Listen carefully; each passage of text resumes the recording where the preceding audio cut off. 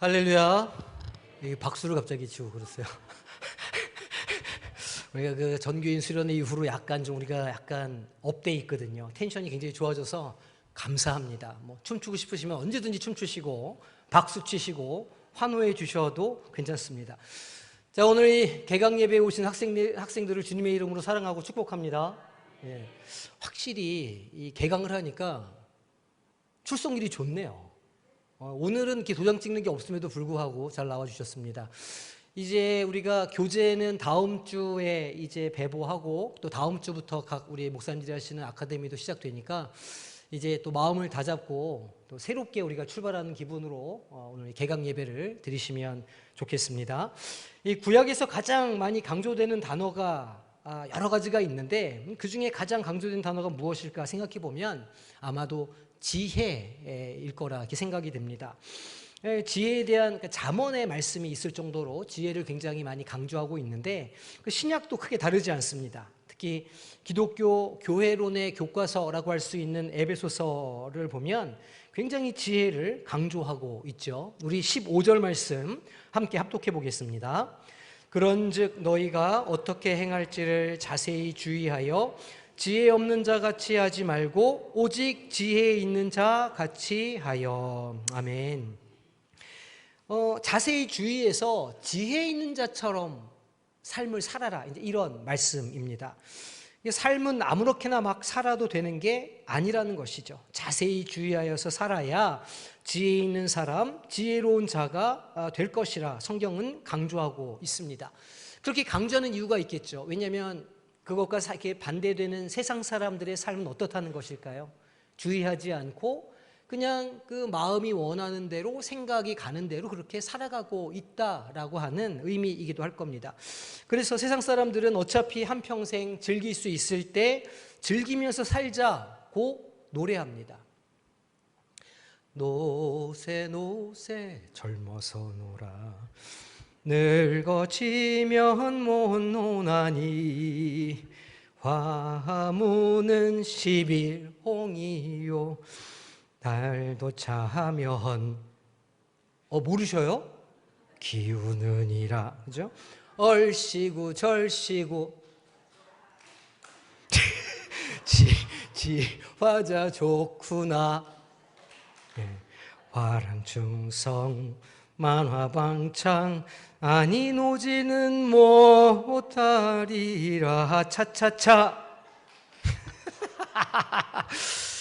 이런 노래를 부른단 말이에요. 근데 제가 이제 이 노래를 부르다가 도저히 가사가 이해가 안 돼가지고 제가 좀 조사를 좀 해왔어요.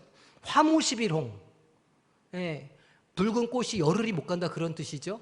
꽃이 금방 진다 이런 뜻입니다. 아무리 이쁘고 그렇게 해도 아무리 꽃다운 나이라도 열흘이 못 간다 그런 이야기 아닙니까? 화란춘성. 화란춘성 할 때 화란춘성 무슨 말인지 아세요? 꽃이 만발한 한창 때의 봄이라는 뜻이랍니다. 만화방창, 화란충성, 만화방창. 이렇게 만화방창 무슨 뜻인지 아세요? 온갖 생물이 좋은 계절을 만나서 활짝 피어난다 이런 뜻이랍니다. 그러니까 그냥 꽃이 피고 아주 아름다운 그 인생의 꽃 같은 그 시절을 아니 노지는 못하리라. 우리 놀아야 되지 않겠느냐, 이제 이런 가사더라고요. 2절과 3절 가사도 꽤나 철학적인데 그건 다음에 제가 설명을 해드리도록 하겠습니다. 그러니까 인생을 즐기면서 살자고 이렇게 노래하는 거예요. 얼마나 전 국민이 다 아는 노래 아니겠어요? 그 외국 노래도 그런 노래가 있더라고요. 케세라세라라는 곡 잘 아십니까? 요새 그 침대 선전으로 유명한 노래죠. 케세라세라 이렇게 하는 노래인데 우리말로 뭐라고 하는지 아십니까? 케세라세라가 될 대로 되라 라고 알고 계시죠? 그렇지 않습니다. 영어로 하면 what will be 어떤 일이든 이루어질 일은 이루어진다, 이제 원래 이런 뜻인데 그걸 이렇게 번역하는 분들이 조금 좀 자기 마음대로 번역하신 것 같아요. 그래서 그냥 될 대로 그냥 되라, 그냥 사는 대로 살자, 이렇게 이제 해석을 많이 하신 것 같아요. 어쨌든지 간에 세상 사람들은 그 인생, 꽃 같은 인생 지기 전에 재밌게 놀고 재밌게 맛있는 거 많이 먹고 이렇게 살아야 된다 이렇게 주장을 합니다. 하지만 믿는 사람들도 그렇게 그 시류에 휩쓸려서 살 수는 없는 일이죠. 그래서 성경에서 말하는 겁니다. 자세히 주의하여 지혜롭게 살라 말하는 것이죠. 왜 지혜 있게 살아야 할까 우리가? 그 이유는 우리에게 주어진 인생이 너무 귀중하고 소중한 것이기 때문에 그렇습니다. 우리는 이제 그 꽃 같은 나이만 귀중하다고 생각하지만 하나님께서 보시기에는 우리 인생이 태어날 때부터 무덤에 들어갈 때까지 그 모든 인생 어느 한때라도 그렇게 의미 없고 필요 없는 때가 없게 만드신 분이 하나님이시라는 거예요. 그러니까 아주 자세하게 주의해서 매 순간 매 삶의 모든 때를 의미 있고 가치 있게 살아야 된다고 말씀하고 계시는 것이죠. 왜냐하면 이 땅에서의 80년에서 100년의 삶 그 자체가 그 시간이 중요한 게 아니라 하루를 살아도 이 세상에서 우리가 어떤 삶을 살아냈는가, 우리가 어떤 의미 있고 가치 있는 삶을 하나님 앞에서 살았는가가 중요하고 또 그렇게 하는 것에 따라서 우리의 영원이 결정되기 때문입니다. 요즘 건강에 대한 관심이 아주 높죠. 건강도 중요하지만 사실은 어느 정도 그 건강을 타고 나기도 해야 됩니다. 저희 집안이 약간 뼈대가 안 좋은 집안이거든요. 아버지 어머니도 이게 안 좋으셨는데 저 역시도 이게 그렇게 좋지가 않습니다. 그래서 이른 나이에 쇠심을 받고 이렇게 사는 그런 나이가 되었는데 보니까 우리 애들도 이게 그렇게 썩 좋지가 않은 거예요.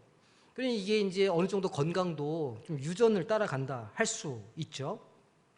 우리가 이 땅에서 어떻게 사느냐에 따라서 우리의 영혼이 결정되려면 우리가 우리에게 맡겨진 삶을 최선을 다해서 살아가야 한다는 것이죠. 건강 역시도 우리가 건강하게 살려면 우리에게 있는 조건을 넘어서는 노력과 눈물이 필요하다는 겁니다. 우리가 이 땅에서 어떻게 살았느냐에 따라서 우리의 영혼이 결정된다는 것이에요. 그러면 우리의 영원한 삶을 위해서 이 땅에서 우리가 어떻게 살아가야 할 것인가? 성경은 이렇게 말합니다. 너희가 이 땅에서 살아갈 때 세상 사람들처럼 아무 생각 없이 살지 말고 자세히 주의하여 지혜로운 사람답게 살아가라 라고 말씀하고 계시는 것이죠. 그러면 어떻게 살아야 지혜 있는 자의 삶을 살 수 있는가? 오늘 성경이 가르쳐주고 있습니다. 첫째는 세월을 아껴야 한다 말씀을 하고 있습니다. 세월을 아끼라 때가 악하니라 이렇게 말씀하는데, 그러니까 지혜로운 삶의 자세는 세월을 아끼는 모습이라는 것이죠. 여기서 말하는 세월은 시간을 의미하는 겁니다.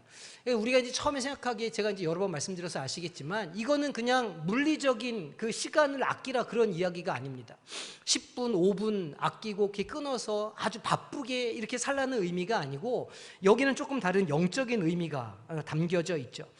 헬라어의 시간에는 두 가지 단어가 있습니다. 그냥 흘러가는 절대적인 시간인 크로노스가 있고 의미 있는 시간, 하나님의 시간, 카이로스의 시간, 두 가지의 시간으로 나뉘는 것 아닙니까? 우리가 이 카이로스의 시간을 자주 경험할 때가 있어요.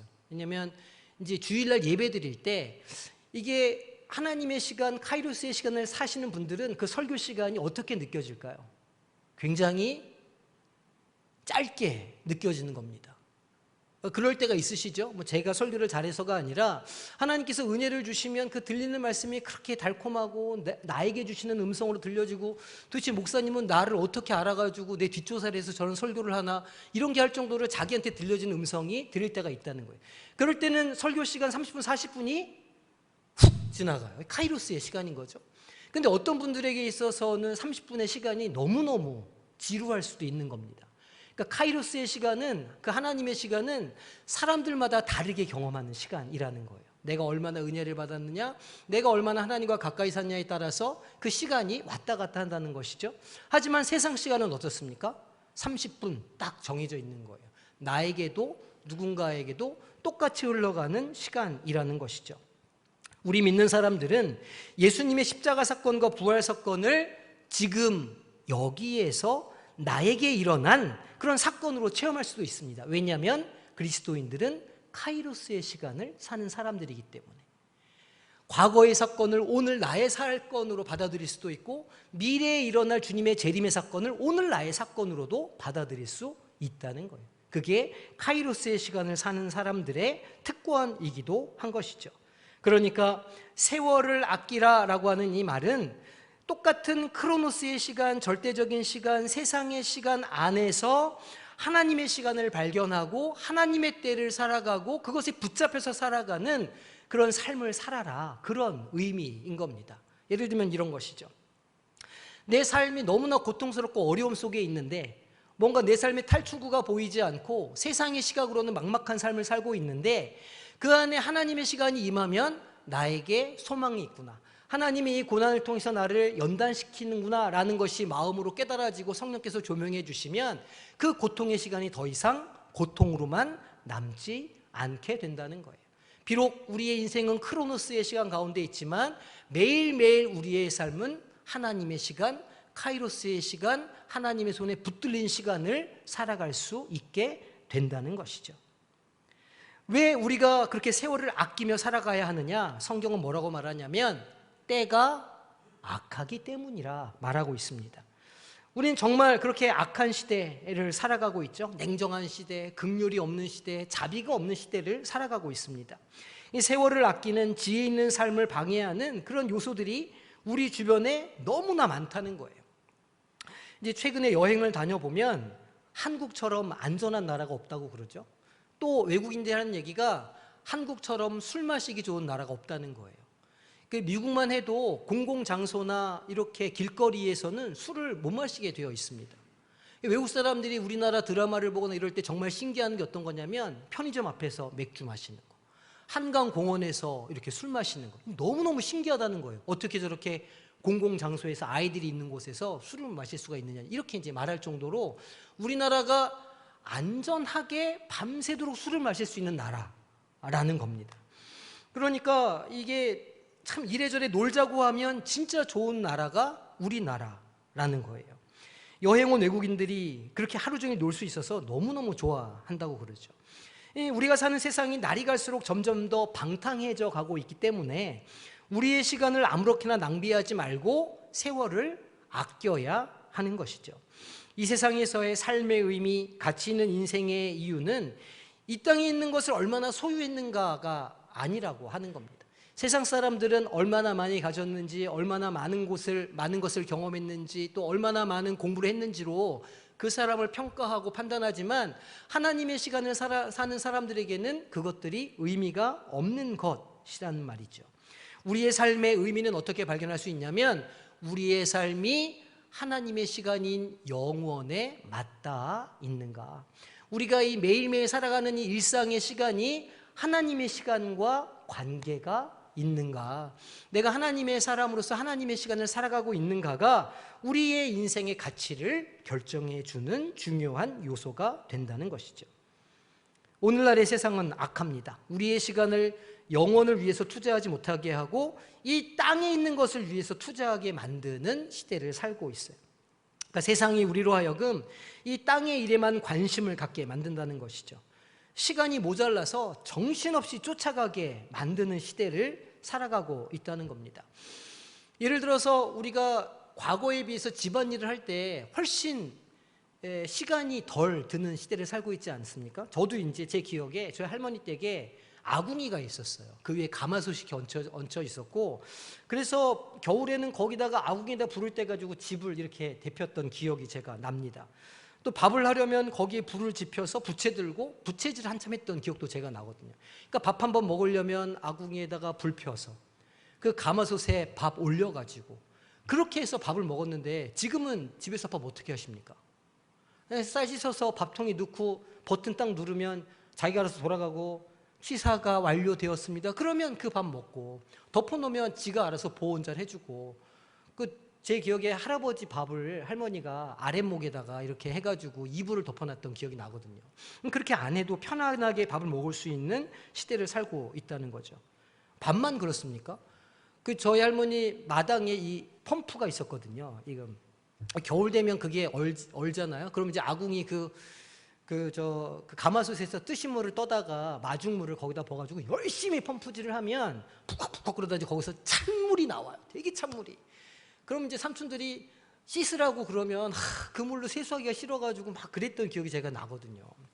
지금이야 뭐 온수기 다 있고 누르면 따뜻한 물 나오고 그런 시대를 살고 있어요. 저희 애들은 조금만 추워져도 따뜻한 물로 목욕하거든요. 이제 그렇게 편안한 시대를 살고 있다는 겁니다. 청소도 쉽지 않았죠. 설거지도 쉽지 않았습니다. 지금은 뭐 식세기 뭔지 아시죠? 그렇죠. 예, 식세기, 건조기, 진공 청소기, 하다못해 로봇 청소기까지 우리가 가지고 산다는 말이죠. 그러니까 사실은 시간이 많이 남아야 되는데, 현대인을 사는 사람들이 시간이 많이 남아야 되는데 어떻게 시간이 많이 남으십니까? 아니면 바쁘십니까? 이상하게 짜치시죠. 바쁘고. 그런 시대를 살고 있다는 거예요. 이동 시간도 많이 줄었습니다. 옛날에 부산에서 한양 과거 시험 치러 가면 한 달 반 정도 걸렸다고 제가 찾아보니까 그렇게 얘기하더라고요. 지금이야 비행기 타면 50분, KTX 타면 2시간 반이면 갑니다. 생활이 편리해지고 이동 시간 단축되면서 남는 시간 많을 것 같은데 사람들이 더 바쁘게 살고 있다는 건 참 아이러니한 일입니다. 성경은 그 이유를 이렇게 말하고 있어요. 때가 악하기 때문이다. 사단마귀는 오늘도 우리의 시간을 영적인 관심에서 빼앗아서 이 세상의 어떤 쾌락과 물질 세계에 투자하도록 만들어 간다는 겁니다. 여유 시간이 생기면 생길수록 점점 약속이 많아지는 그런 시대를 살고 있다는 거죠. 커피숍이 가장 붐비는 시간이 언제인지 아세요? 얼핏 생각하기에는 점심 먹고 1시 정도가 아니겠는가 이렇게 생각하시지만 아닙니다. 11시 정도가 제일 붐빈다고 그래요. 집에 있는 엄마들이 남편 직장 보내고 애들 학교 보낸 다음에 이제 나오는 그 시간이 가장 카페에 손님이 많다고 그래요. 백화점에도 그 시간에 가면 주차장에 차 대기가 쉽지가 않습니다. 그러니까 헬스클럽이나 뭐 수영장이나 골프 연습장 뭐 이렇게 여가 시간을 즐길 수 있는 온갖 놀이 문화가 사람들을 더 바쁘게 만들어 가고, 너무 바빠서 성경 읽을 시간도 없고 너무 바빠서 하나님 앞에 기도할 시간도 없어지는 게 오늘 우리의 모습이라는 것이죠. 그래서 성경은 말하는 겁니다. 우리에게 주어진 시간, 그 세월 중에 가장 좋은 것을 위해서 투자할 수 있어야 된다 말하는 것이죠. 분명히 한계가 분명한 이 땅의 것보다 최고의 가치를 지닌 영혼에 투자하며 살라고 오늘 말씀을 하고 있는 겁니다. 오늘 이 자리에 오신 우리 학생들은 이 영원한 가치를 알기 때문에 이 자리에 오신 줄로 믿습니다. 그러니까 세상의 시간이 우리 성도님들, 학생들을 조절하지 못하도록 조절하게 만들지 말고 우리 학생들이 세상의 시간을 주도해서 살아가야 한다는 것이죠. 세상으로 이렇게 막 끌려가는 것은 안개처럼 그림자처럼 들의 꽃처럼 사라지고 마는 허무한 이 땅의 것으로만 채워질 뿐이라는 겁니다. 우리 학생 여러분, 우리에게 주어진 시간을 자세히 주의하면서 살아가서 영원의 그 삶을 잇대는, 그래서 지혜로운 하나님의 자녀들이 되시기를 주님의 이름으로 축복합니다.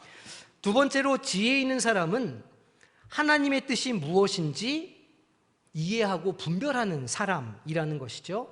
오늘 말씀 우리 15절 말씀 다시 한번 17절 말씀 다시 한번 읽도록 하겠습니다. 그러므로 어리석은 자가 되지 말고 오직 주의 뜻이 무엇인가 이해하라. 아멘. 주의 뜻이 무엇인가 이해하라 이렇게 특별히 권면하고 있는 이유는 주의 뜻이 무엇인지 이해하려고 하는 사람들이 없기 때문이에요. 주의 뜻이 무엇인지 이해하려면 어떻게 해야 될까요? 말씀을 붙잡고 기도하고 고민해야 돼요. 나에게 어떤 말씀을 주시면 그 말씀이 내 삶에 어떤 의미가 있는지, 나에게 어떻게 피와 양식이 될 수 있는지를 붙잡고 고민하고 그 말씀대로 살아보려고 하는 노력이 있어야 한다는 겁니다. 그렇게 하는 것이 이해하려고 하는 신앙이죠. 그러니까 16절이랑 연결해서 보면 세월을 아낄 수 있는 가장 좋은 방법이 무엇이냐면 하나님의 뜻을 정확하게 이해하는 것이라, 이렇게 우리가 연결해서 생각해 볼 수 있습니다. 요즘에 우리가 사람들을 네 가지 부류로 나누는 그런 말이 있어요. MBTI를 말씀드리는 게 아니고 이제 이런 거예요. 멍게, 멍부, 똑개, 똑부. 이게 뭔지 아시나요? 멍게, 멍부, 똑개, 똑부. 이게 이제 뭐냐면 멍게는 멍청하면서 게으른 사람을 의미하는 겁니다. 멍게. 그 멍똑은 뭘까요? 아니, 멍부는 뭘까요? 그렇죠. 그러면 똑개. 그렇죠. 똑부. 그래, 맞습니다. 예, 이렇게 이제 네 부류의 사람들이 있다고 그래요. 그럼 여기서 가장 이상적인 사람은 어떤 사람일까요? 똑부죠, 똑부. 예, 똑똑하면서 부지런한 사람이 가장 이상적인 모습일 겁니다. 그러면 가정이나 공동체에 가장 어려움을 많이 주는 사람은 그 나머지 세 종류의 사람, 멍게, 멍부, 똑개 중에 누구일까요? 멍게? 자, 멍게 손 들으세요. 멍청하고 게으른 사람들이 가장 공동체에 어려움을 준다. 멍부, 멍청하고 부지런한 사람이다. 아니, 자기를 고백하라는 게 아니에요. 지금 너무 두려움에 떠올고 계시는데 그게 아니고 생각해 보시라는 거예요. 어떤 사람들이 가장 공동체에 어려움을 줄까요? 아니에요. 멍청하면서 부지런한 사람. 그러니까 온 사방을 부지런히 다니면서 계속 바보 같은 일을 막 하고 다니는 겁니다. 우리 삶을 자세히 들여다보면 공동체에 가장 많은 문제를 일으키는 사람들은 사실은 그런 사람들이죠. 멍청하지만 게으르면 아예 일을 하지 않기 때문에 사고를 안 친다는 거예요. 그러니까 이제 멍청하면서 부지런한 사람들이 하는 일들이 공동체를 어렵게 만든다고 하죠. 오늘 17절 말씀에 그러므로 어리석은 자가 되지 말고 오직 주의 뜻이 무엇인가를 이해하라 말합니다. 그러니까 우리가 멍청하고 부지런한 사람이 되지 않으려면 뭘 해야 된다고요? 지혜를 주시는 하나님께 나아가야 한다는 거예요. 성경에 나오는 바리새인들의 문제가 무엇이었는지 아시죠? 그들의 율법에는 열심이었지만 하나님의 뜻을 모르는 멍청한 부지런한 사람들이었다는 겁니다. 예수님이 야단쳤다고 바리새인들을 너무 폄하할 수는 없는 거예요. 왜냐하면 그 사람들은 우리보다 못한 사람들이 아니기 때문입니다. 이스라엘 민족 중에 7,000명 안에 들 정도의 소수 정예 부대가 바리새인들이었습니다. 성경을 줄줄 외울 정도로 성경 공부를 많이 한 사람들이고 하루에 3번 시간을 딱 정해놓고 기도했고 일주일에 3번 금식하고 11조가 아니라 10의 2조가 넘는 액수를 헌금했던 사람들. 오늘날로 말하면 굉장히 모범적인 신앙생활을 했던 사람들이 바리새인들이라는 것이죠. 그런데 예수님은 그들을 향해서 독사의 자식들이라 이렇게 야단쳤습니다. 회칠한 무덤이라 이렇게 하기도 하셨죠. 왜 그랬습니까? 그들의 열심은 좋았는데 아버지의 뜻을 구하지 않고 하나님의 마음이 뭔지도 모르고 자기들 생각대로 열심히 행했기 때문이라는 것이죠. 누가복음 15장에 나오는 탕자 비유를 잘 아실 거예요. 주인공이 누구일까요? 탕자의 비유에 나오는 주인공은 누구일까요? 탕자의 비유니까 탕자처럼 느끼시겠지만 사실은 아버지가 주인공이신 거죠. 그 탕자를 끊임없이 기다리는 아버지가 주인공이고 첫 번째 조연은 누구냐? 집 나간 둘째 아들. 그런데 두 번째 조연이 있어요. 그게 누굴까요? 집에 있었던 첫째 아들이에요. 탕자가 돌아왔는데 아버지가 책망하고 쫓아보내도 시원찮을 마당에 잔치를 베풀어 주는 것 아닙니까? 큰아들이 아버지한테 불평을 이제 하게 되는 거죠. 큰아들은 내가 아버지를 이때껏 모시고 이렇게 내가 고생하면서 살았는데 성실하게 살았는데 아빠는 나를 위해서 잔치 한 번을 베풀어 주지 않고 이렇게 왜 하십니까?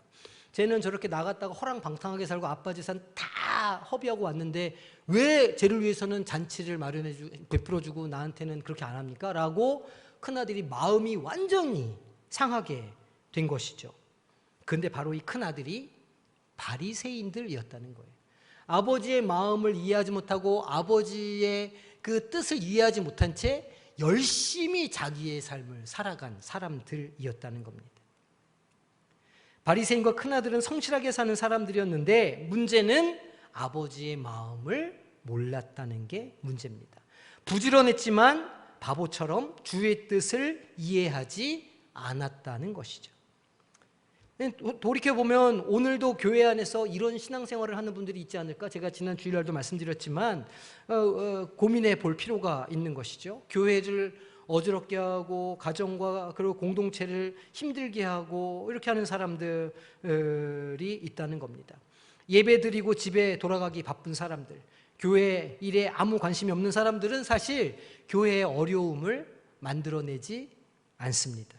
도리어 교회에 열심히 있는 사람들이 교회 안에서 문제가 생기면 어려움을 만들어내게 된다는 것이죠. 무슨 일이든지 하고 싶어서 부지런한 사람들입니다.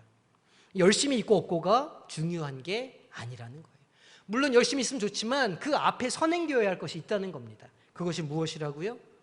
주의 뜻이 무엇인지를 이해하는 것, 아버지의 마음을 알려고 하는 것, 주의 말씀이 무슨 뜻인지, 나에게 주신 음성이 무슨 의미인지를 깨닫기 위해서 애쓰는 노력이 먼저 전제되어야 한다는 것이죠.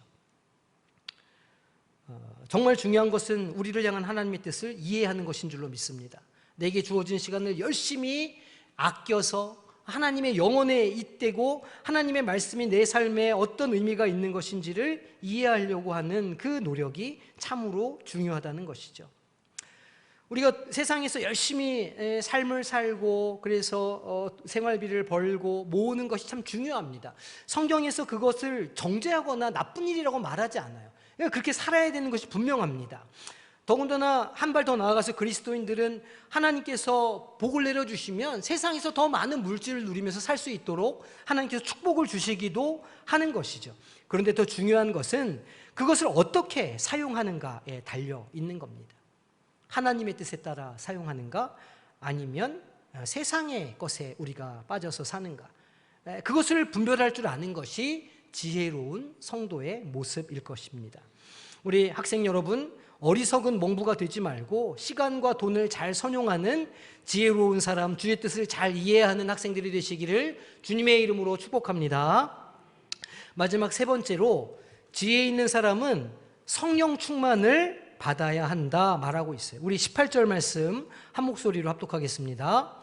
술 취하지 말라, 이는 방탕한 것이니 오직 성령으로 충만함을 받으라. 아멘. 짧은 구절이지만 굉장히 중요한 구절이죠. 기독교 신앙의 모습을 딱 정의하는 문장입니다. 오직 성령의 충만함을 받으라, 이 문장은요, 그 원어로 보면 현재형 명령 이렇게 되어 있어요. 그러니까 성령에 관해서 우리에게 주신 명령 가운데 이렇게 현재 명령으로 되어 있는 것은 이 구절이랑 성령을 근심하게 하지 말라라고 하는 두 문장밖에는 없습니다. 이게 무슨 말입니까? 성령 충만과 성령을 금신케 하지 않아야 되는 것이 지속적으로 매일매일 우리 삶 속에서 오늘 이루어져야 하는 일임을 말하고 있는 것이죠. 그런데 성령 충만은 지속적으로 천국 가는 그날까지 쉬지 않고 추구해야 되는 것이지만 우리가 헷갈릴 수 있어요. 성령 세례와 성령의 인치심은 일회적인 사건이라는 겁니다. 매일매일 성령 충만을 구하는 것과 단 한 번 받으면 되는 성령의 인치심은 구별할 줄 알아야 한다는 거죠. 이 차이를 모르면 이단들이 이제 딱 짚고서 거기를 파고 들어갑니다. 일회적인 성령 사건을 지속적인 사건으로 오해하게 만드는 거죠. 그래서 이단들이 우리에게 물어보는 게 뭡니까? 구원 받았습니까? 언제 받았습니까? 몇 월 며칠 날 받았습니까? 이렇게 물어보는 거예요. 자꾸 물어보면 내가 구원받은 날이 생각이 안 나는데, 그러면 아니 생일은 기억하면서 영생을 얻은 날은 기억을 못해요? 이렇게 물어보면 이제 어버버되고 막 헷갈리기 시작하는 거죠. 이제 이 신학적인 이 배경이 없어서 그런 겁니다. 우리로 하여금 죄의식에 빠지지 않도록 미혹하는데 이런 미혹을 우리가 당하면 안 된다는 겁니다.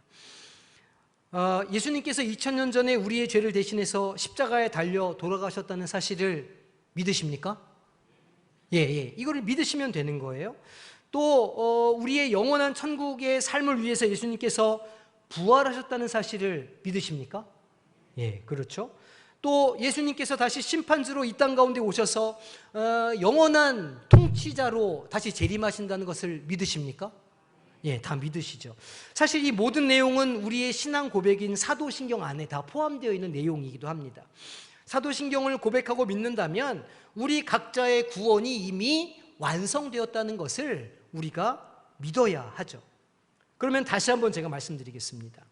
우리가 처음으로 예수를 구세주로 시인할 때 이미 성령 세례를 받은 줄로 믿으시기를 바랍니다. 그러니까 성령의 인치심, 성령 세례는 언제 받았느냐? 우리가 예수님을 주님으로 고백할 때 받는다는 거예요. 이건 이례적인 사건입니다. 그때부터 성령께서 우리와 함께 하시고 우리 안에 내주하신다는 거예요. 그렇게 들어오신 성령님은 영원히 우리를 떠나지 않으신다는 거죠. 할렐루야. 바로 그때 우리는 하나님의 자녀가 되는 것을 확인하는 성령의 인치심을 받았습니다. 도장을 딱 찍어주셨기 때문에 절대 취소할 수가 없죠. 지울 수가 없습니다. 그런데 성령 세례, 성령의 인치심과는 다르게 성령 충만은 우리가 매일매일 지속적으로 구해야 하는 것이죠. 성령 충만은 우리의 구원과는 상관없습니다. 이미 성령 세례를 받았으면 이 성령 충만을 받지 않아도 구원을 받는 데는 아무런 지장이 없습니다. 그러니까 구원을 받기 위한 필수 과목은 성령 세례와 성령의 인치심인데, 성령 충만은 필수 과목이 아니라 선택 과목이라는 거예요. 선택 과목을 우리가 수강하지 않더라도 필수 과목만 딱 수강하면 졸업할 수 있는 거죠. 그런 겁니다. 그러면 왜 성경은 우리에게 지속적으로 이 필수 과목이 아닌 선택 과목, 이 성령 충만을 받으라고 말하고 있느냐는 거예요.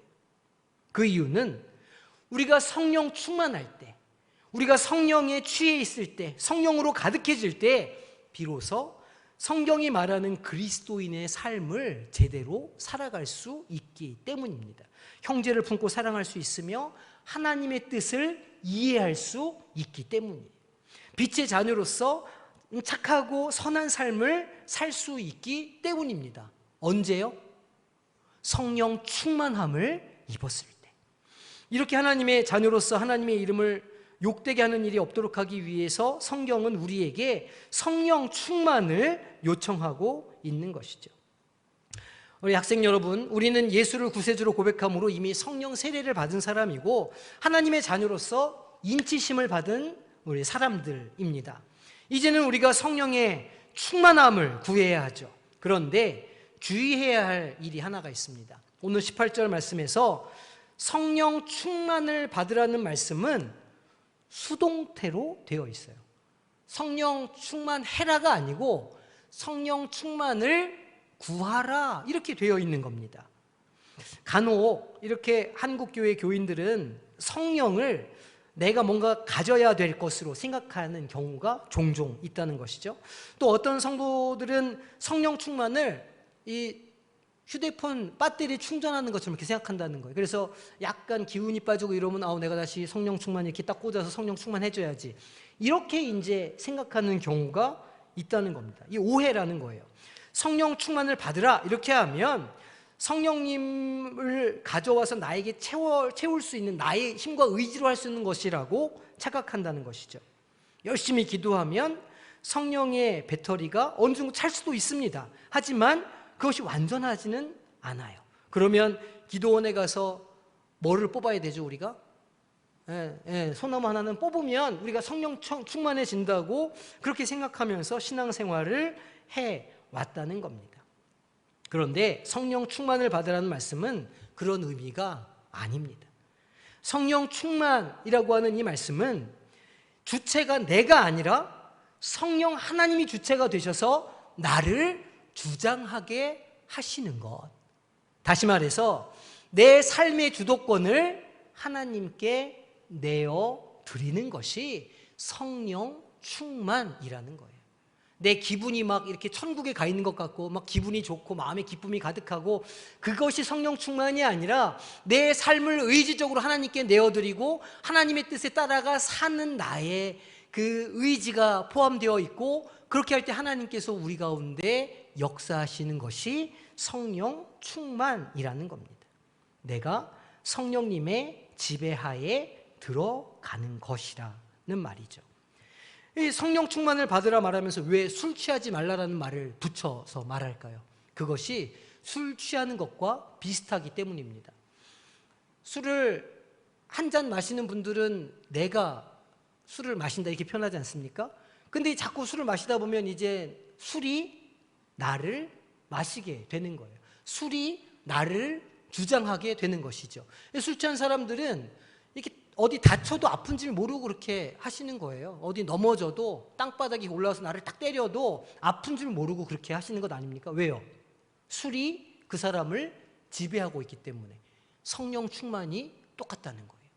하나님의 영으로 우리를 완전히 내어드리고 성령의 주도 가운데 우리가 들어가게 되면 하나님께서 우리 삶 가운데 역사하시는 능력에 사로잡힐 수 있게 되기 때문인 겁니다.